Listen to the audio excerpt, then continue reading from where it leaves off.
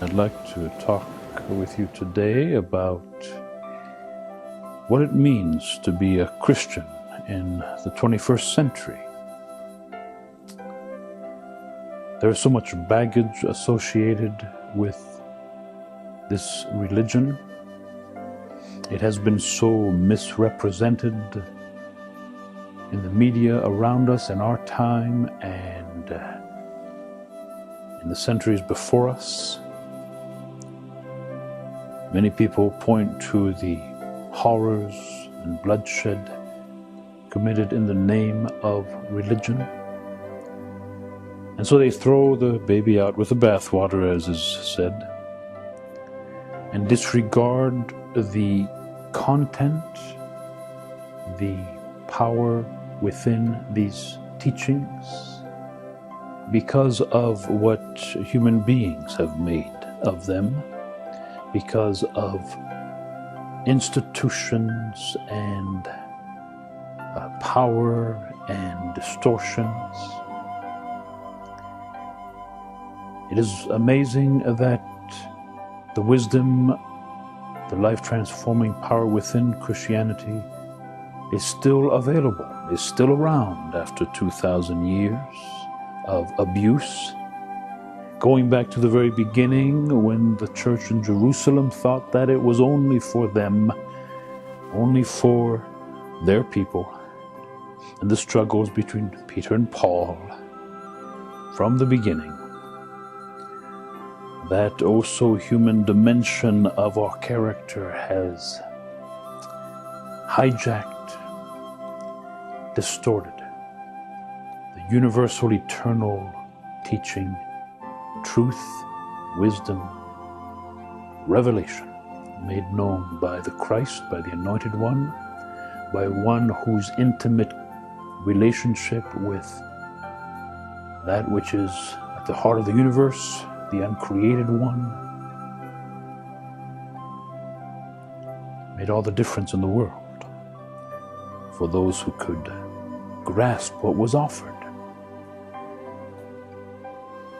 And so I challenge you today, in this world of such chaos and brokenness, fragmentation, to reconsider from a whole new perspective what it might mean to be a, quote, Christian. As you may know, the word Christian was applied from outsiders to those who followed the way of Christ. Among them, originally, they were people of the way, a new way of living, a new way of being, a new way of understanding the world, a new quality of consciousness, to put in modern language, this experience. In fact, much of the dogma of the church, as Evelyn Underhill, the great scholar of mystical Christianity, has put it, much of that dogma is just a poor attempt to express experience. The whole mystery of the Trinity came out from Gregory of Nazianzus, seeking to poetically express his own personal experience of the wonder he was tasting. And it's up to each of us to taste and see, to rediscover for ourselves what is really here. We have to put aside the devastating misrepresentations of history, the absurdities that have created layers and layers of misunderstanding, of contradictions, in what was originally illumination and light and joy. I tell you this so that my joy may be complete, says the Christ. Imagine a teaching that speaks of the mystery at the heart of creation as Abba, as Daddy, with an intimacy and a self-surrender and an utter trust that is beyond our normal human ways, that gives transcendent courage, transcendent love, unconditional love incarnated in the world. Christianity was never meant to be an exclusive over against other type of religion. It is, in fact, the apex of human intuition.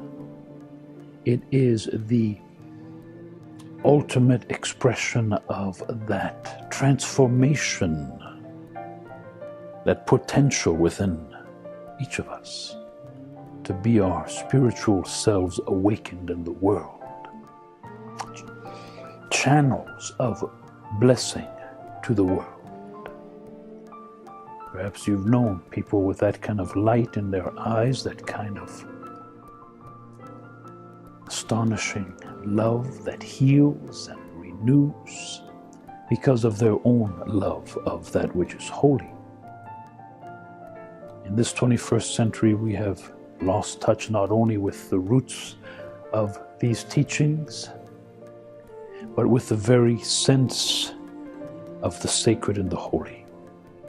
We have reduced our reality to the most mundane and superficial, sense-based, three-dimensional box. We have made impotent that which is the very source of our life, within us and around us. We've lost sight of the invisible within the visible. So I urge you not to just throw it out because of what you see on television, because of the fragmentation of sects that have created another religion and call it Christianity. Don't you know that absurdities such as the Scopes trial, the argument of the 7 days of creation versus science, was never an issue? Don't you know that in the ancient writings of the Hebrew people was profound mystical symbolism? That the number 7 represents the perfection of God.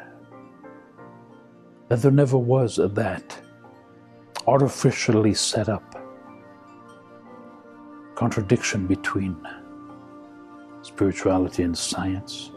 Quantum physicists begin to understand this. The scriptures were never meant to be read on the surface. The literal interpretation was never the teaching over the centuries.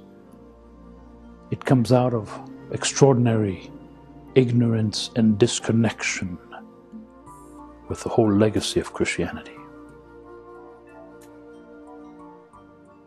The great teachers of the faith spoke of the kind of spiritual preparation to approach these teachings so that intuition would be part of our experience.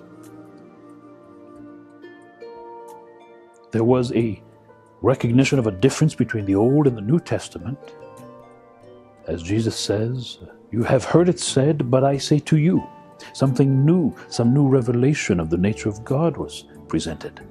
We can't throw it all together with the wrathful, jealous God of primitive times, of the early part of the Old Testament, and the one revealed by Jesus. Something dramatically different has taken place, and yet some have thrown it all together as one and confused everybody. Take the time to look into these matters and to rediscover for yourself so that it isn't stolen from you. Have the integrity to find out what it really says, what is really taught, what Meister Eckhart of the 14th century had to say about it, what John of the Cross and Teresa of Avila, Isaac the Syrian in the ancient times, the Desert Fathers, or Thomas Merton in the 20th century. So many haters of this religion only understand it at its most absurd level, only take some fundamentalist view and assume that's Christianity and then criticize it. What a lack of integrity that is. They claim intelligence, and yet they won't use their own mind to really understand and incorporate what it is that is presented here. And so in this day and age, when it is so necessary to rediscover the depths for meaning and purpose in our lives, let's re-examine what this is all about. Let's go beyond the Roman version of the West and see what the East teaches, and its idea of theosis, divinization, God realization. So much more dynamic in its theology, in its wisdom. We in the West have been cut off from that for so long. Now, as we enter into a global community where all becomes available, so Christianity may recover some holistic dimension. So we're not just children of the American frontier version or of the European version, but of the very origins. And then you will find that there is a mighty power, a non-exclusive, universal, eternal dimension that actually can change your psychology, your joy of life, can lift you up, can give you a sense of self beyond anything you imagined, to empower you to become truly that child of the universe, child of God, through whom miracles of goodness can come. Take the time to seek. Take the time to rediscover the depths of these teachings, and everything will change. God bless you on your journey.